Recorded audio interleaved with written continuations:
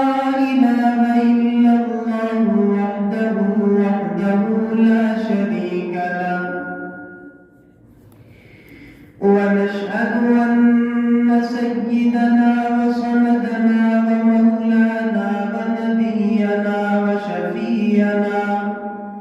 وشفينا محمدا عبده ورسوله أرسله بالحق بشيرا ونذيرا وداعيا إلى الله بإذنه وسراجا منيرا أما بعد فأعوذ بالله من الشيطان الرجيم بسم الله الرحمن الرحيم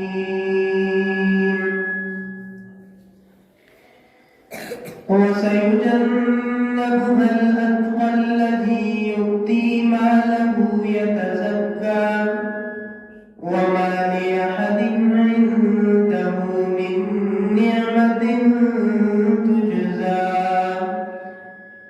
إلا ابتغاء وجه ربه الأعلى ولسوف يرضى صدق الله مولانا العظيم وبلغنا رسوله النبي الكريم ونحن على ذلك لمن الشاهدين والشاكرين والحمد لله رب العالمين.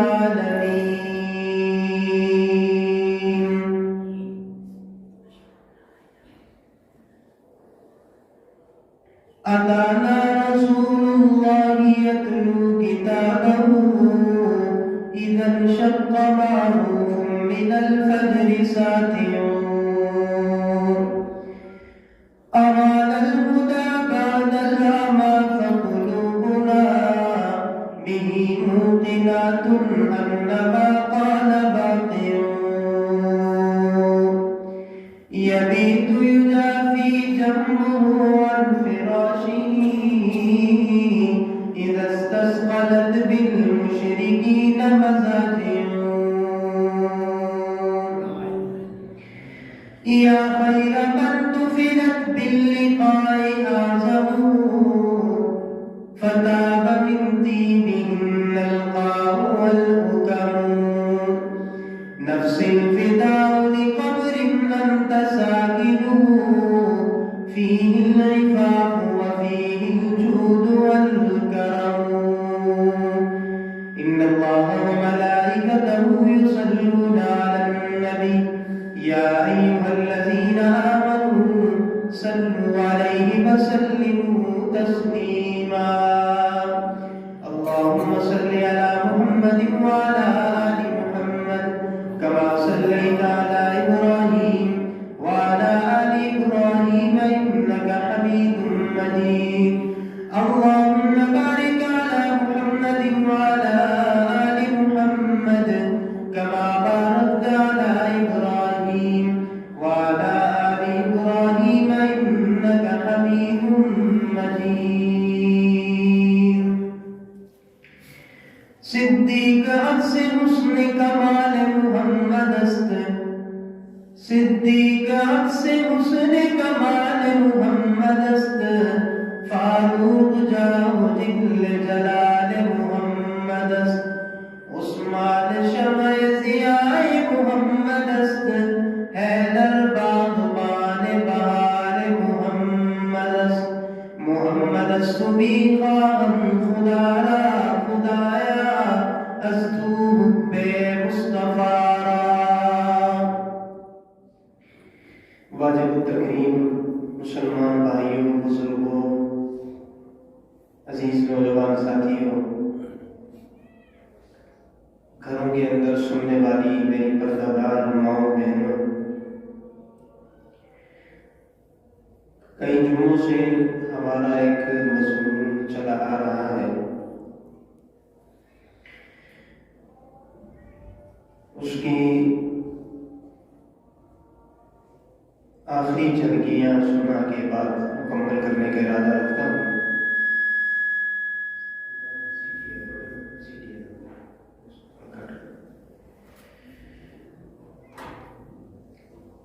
خالق کائنات سے دعا گو ہوں کہ اللہ مجھے قرآن و سنت کی روشنی میں ٹھیک بات پہنچانے کی توفیق نصیب فرمائے۔ آمین۔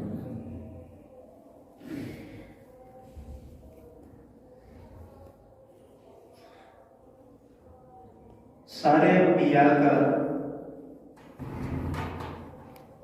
مقام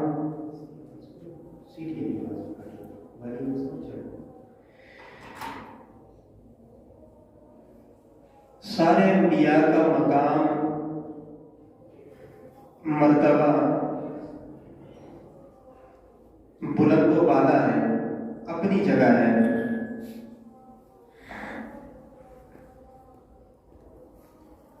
لیکن ہر نبی کی شان ہے، ہر ایک پیغمبر کا اپنا مقام ہے، اس کے اپنے مراتب ہیں، اس کے اپنے فیوز و برکات ہیں۔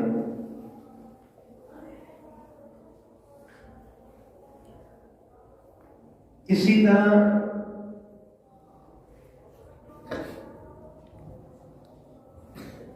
سیدنا صدیق اکبر رضی اللہ تعالیٰ عنہ، ان کا مقام بھی اپنی ایک حیثیت رکھتا ہے۔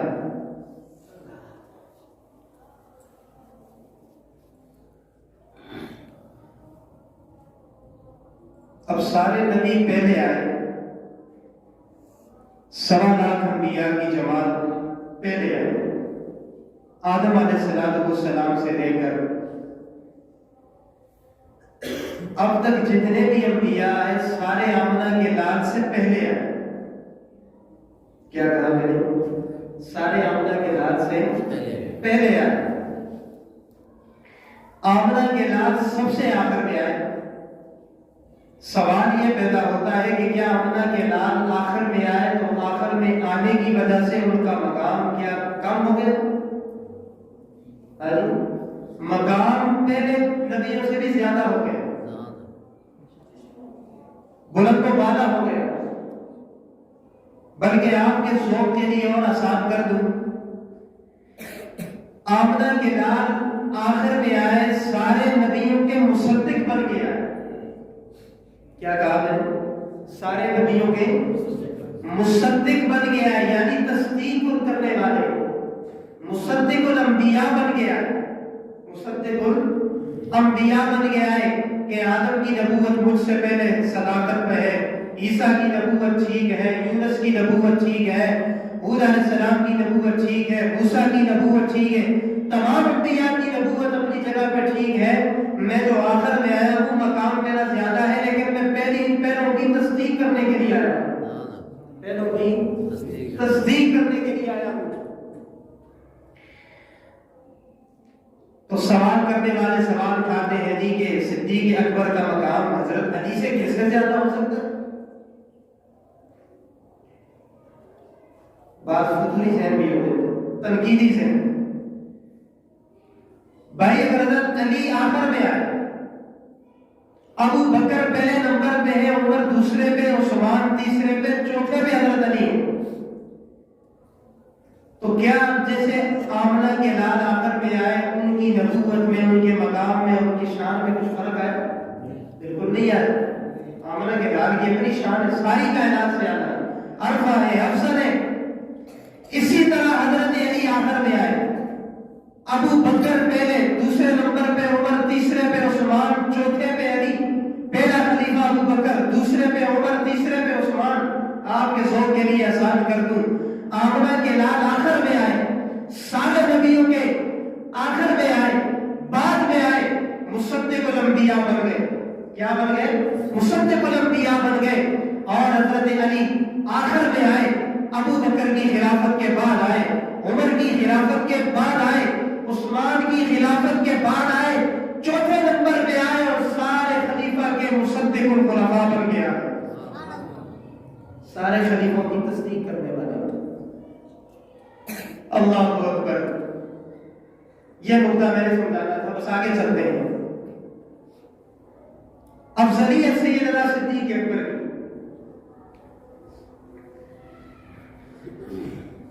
اللہ نے اپنے محبوب آمنہ کے لال کو جیسے شان دی، ایسے صدیق اکبر کو دی۔ اب تمہید باندھنے کی ضرورت نہیں، تمہید آپ سنتے آ رہے ہیں۔ قرآن کریم میں ایک قصہ ذکر ہوا ہے یوسف علیہ السلام کا۔ یوسف علیہ السلام جیل میں جاتے ہیں،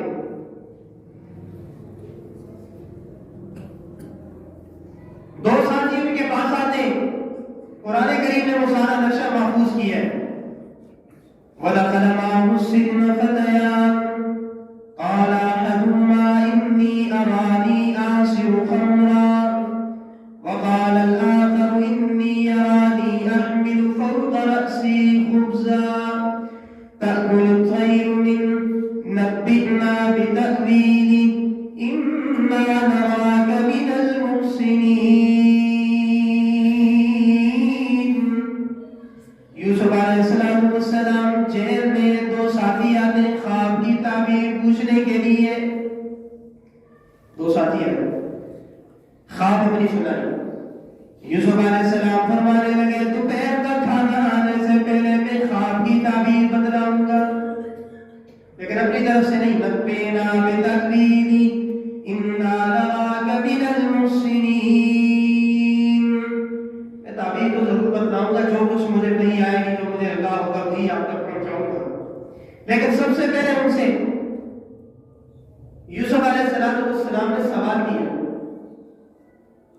قرآن کریم میں وہ سوال محفوظ ہے۔ فرمایا یا صاحب السجن یا صاحب السجن ارباب متفرقون خیر ام اللہ الواحد القہار۔ میں اس کا انشاءاللہ ذوق میں ترجمہ سناتا ہوں آپ کو۔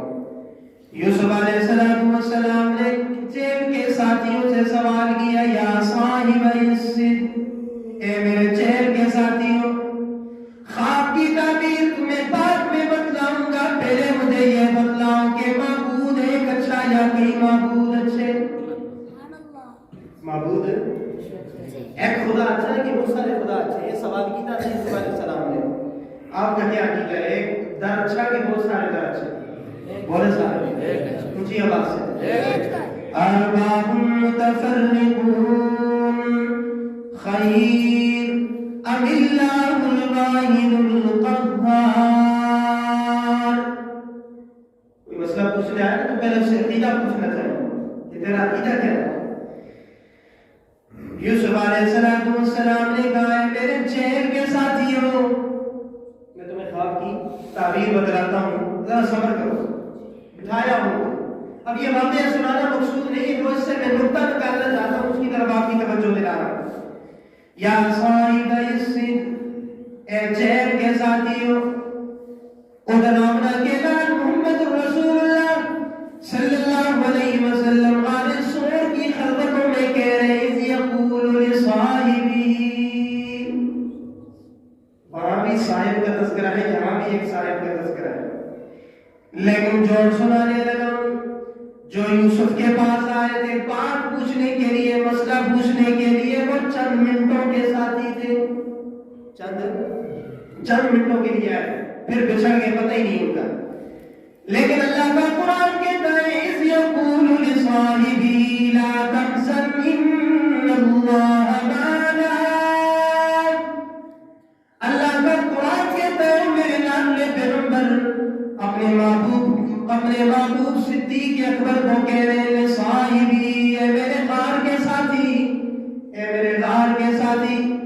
جوڑ سنانے لگا یوسف کے ساتھ جو جیل میں ساتھی آئے تھے وہ چند لمحوں کے لیے آئے، چند سیکنڈوں کے لیے آئے، پھر پچھڑ گئے، اور جو محمد کے ساتھ غار سور کی خلوتوں میں جو محمد کا ساتھی بنا وہ اس وقت بھی محمد کے ساتھ تھا، آج بھی محمد کے ساتھ ہے۔ یہ ہے صاحب، اللہ اکبر۔ بہرحال آگے چلتے ہیں۔ سیدنا صدیق اکبر کتنا اعلیٰ مقام، ایک بات سناتا ہوں آپ کو، انشاءاللہ مزہ آئے گا آپ کو انشاءاللہ۔ حضور علیہ السلام کے پاس ایک انگوٹھی تھی، چاندی کی انگوٹھی۔ آپ نے سیدنا صدیق اکبر کو بلایا، چاندی کی انگوٹھی دی۔ صدیق فرمانے لگے یا رسول اللہ کیا میں اس کو پہنوں؟ کہا نہیں، پہننے نہیں دیتا آپ کو، اس کو لے جاؤ نقاش کے پاس جو لکھتے ہیں، جو چاندی کی انگوٹھی پہ لکھتے ہیں، جو پتھروں پہ لکھتے ہیں، جو لکھاری ہوتے ہیں، نقاش ہوتے ہیں، نبی علیہ السلام نے کہا صدیق نقاش کے پاس لے جاؤ، اس پہ لکھا کے لاؤ لا الہ الا اللہ۔ کیا کہا؟ بولو نا سر، لا الہ الا اللہ، لا الہ الا اللہ، بس اتنا ہی کہا۔ توجہ میری طرف، صدیق اکبر انگوٹھی لے کر چلے گئے نقاش کے بعد، اور اس کو جا کر کہا کہ لکھ لا الہ الا اللہ محمد الرسول اللہ، پورا کلمہ لکھا دیا، واپس آئے، انگوٹھی رسول اللہ کے دربار میں پیش کی، رسول اللہ کے سامنے حاضر کی۔ نبی علیہ السلام نے پوچھا، جب دیکھا کہ لکھا ہوا ہے لا الہ الا اللہ محمد رسول اللہ، مکمل کلمہ لکھا ہے، تو اللہ کے محبوب نے صدیق سے سوال کیا کہ صدیق میں نے تو تجھے یہ کہا تھا کہ صرف اتنا لکھنا ہے لا الہ الا اللہ، تو صدیق اکبر نے جواب دیا، او اللہ کے محبوب میرا جی نہیں چاہ رہا تھا کہ صرف لا الہ الا اللہ لکھوا دوں، صرف اللہ کی الوہیت کا اقرار ہو جائے، میرا جی یہ چاہ رہا تھا، میری وجدانی ایمانی کیفیت یہ کہہ رہی تھی کہ جہاں لا الہ الا اللہ ہو وہاں دوسرا جملہ محمد رسول اللہ میں لکھوا دوں۔ یہ میں نے اپنی طرف سے لکھوایا۔ اللہ اکبر، اگلی بات سننے کی ہے، کہا یہ تو ٹھیک ہے لا الہ الا اللہ محمد رسول اللہ، تو نے کلمہ پورا کر دیا، لیکن میں نے تجھے منع کیا تھا، لیکن آگے لکھا ہوا تھا ابو بکر صدیق، کیا لکھا ہوا تھا؟ ابو بکر صدیق۔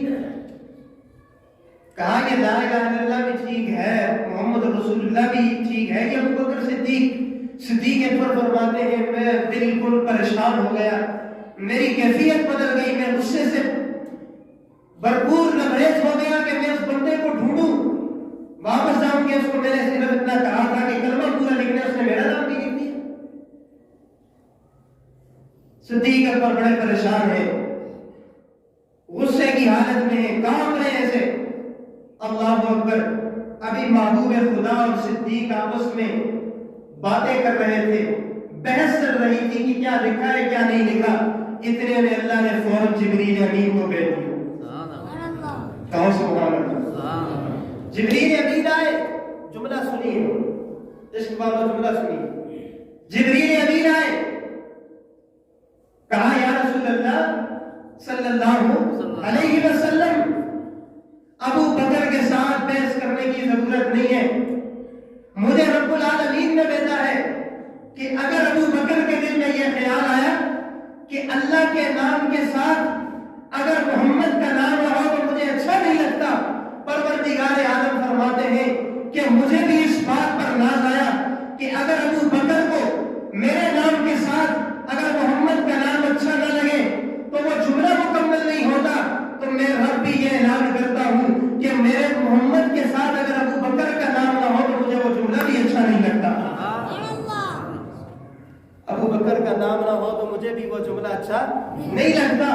تو پھر آگے جبریل امین فرمانے لگے یا رسول اللہ یہ لا الہ الا اللہ محمد الرسول اللہ تو یہ نقاش میں لکھا ہے، اور ابو بکر صدیق کا نام پروردگار عالم نے جبریل امین سے لکھوایا۔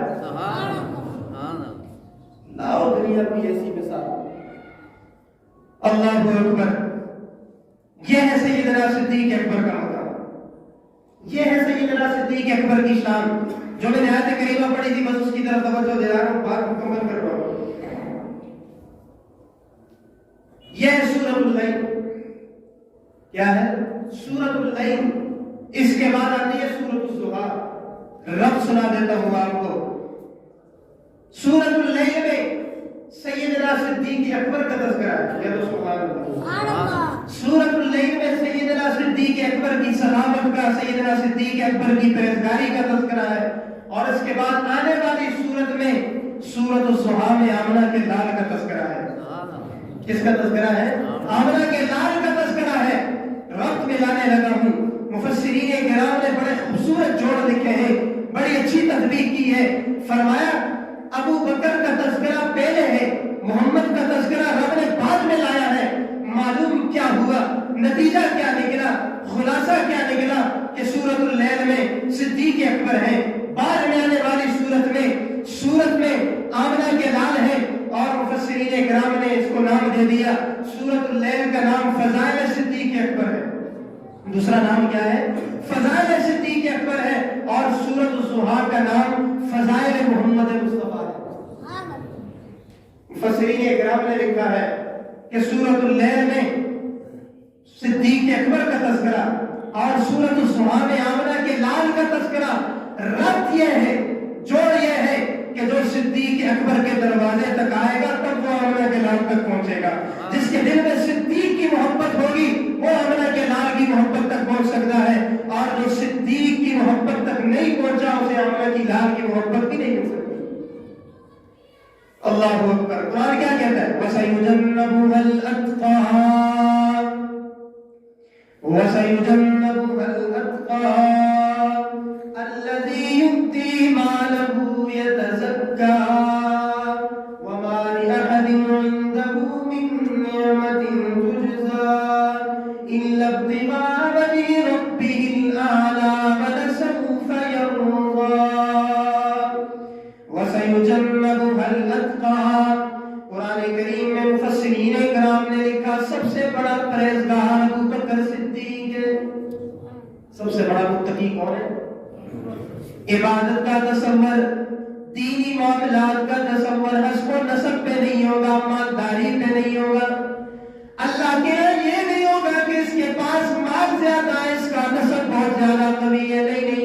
اللہ کے یا ایھا الناس انا خلقناکم من ذکر و انثی وجعلناکم شعوبا وقبائل لتعارفوا ان اکرمکم عند اللہ اتقاکم.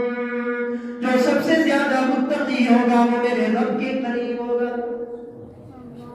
آج آپ کو ایک بات سنا, جتنے جمعوں سے میں بات کرتا رہا ہوں کہ رب کے قریب, صدیق اکبر کے قریب ہونے کی وجہ بھی یہی ہے کہ صدیق اکبر سب سے زیادہ متقی تھا, سب سے زیادہ نیکوکار تھا, اس لیے میرے رب کے بھی قریب تھا. وَسَيُجَنَّبُهَا الْأَتْقَى الَّذِي يُؤْتِي مَالَهُ يَتَزَكَّى. اللہ اکبر, اللہ اکبر.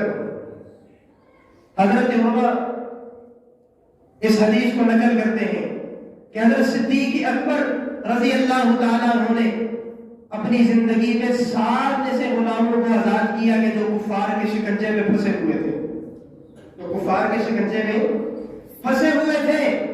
صدیق اکبر رضی اللہ تعالیٰ عنہ نے ان کو آزاد کر کے ان کو رسول اللہ کا امتی بنا دیا. کتنے بندوں کو؟ 7 غلاموں کو. کتنے غلاموں کو؟ 7 غلاموں کو.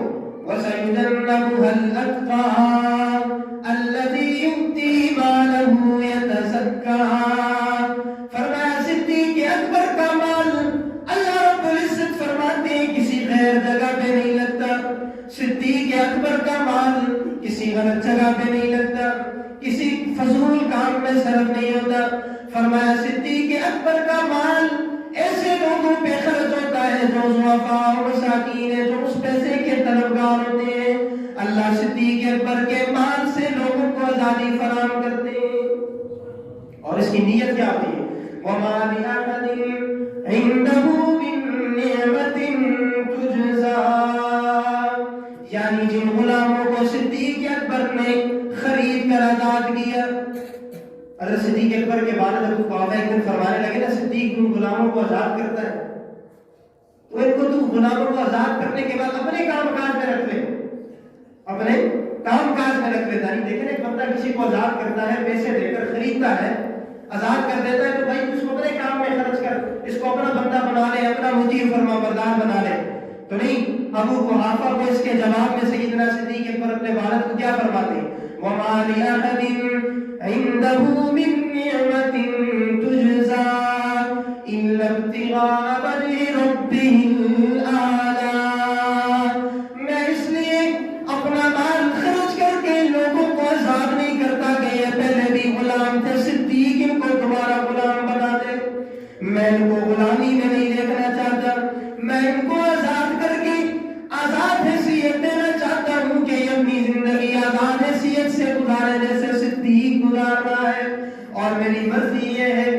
میری منشا یہ ہے، میرا پیسہ خرچ کرنے کی وجہ یہ ہے، میرا پیسہ خرچ کرنے کی وجہ یہ ہے وَمَا لِأَحَدٍ عِندَهُ مِن نِّعْمَةٍ تُجْزَىٰ إِلَّا ابْتِغَاءَ وَجْهِ رَبِّهِ الْأَعْلَىٰ۔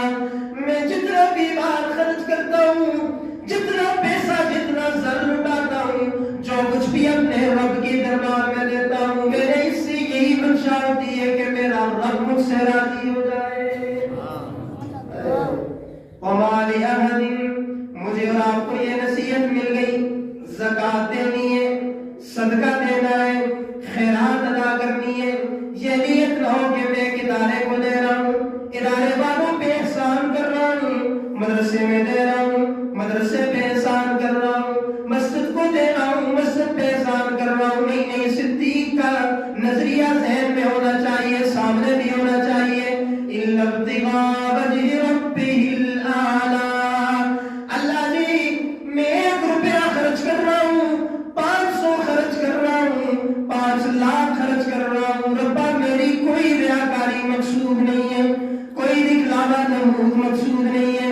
ربا میرا ایمان بھی صدیق اکبر کی طرح ایمان ہے، میں بھی صدیق کو اپنا مقتدار پیشوا مانتا ہوں، میں بھی صدیق کے پیچھے چلتا ہوں، میں بھی صدیق کی تابعداری کرتا ہوں، میں بھی یہ نظریہ رکھ کر یہ خرچ کر رہا ہوں۔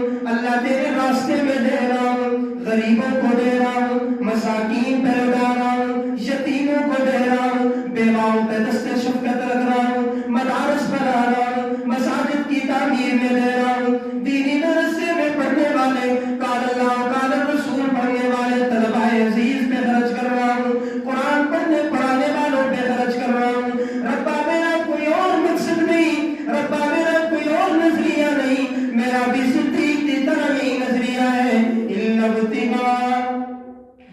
ابْتِغَاءَ وَجْهِ رَبِّهِ الْأَعْلَىٰ۔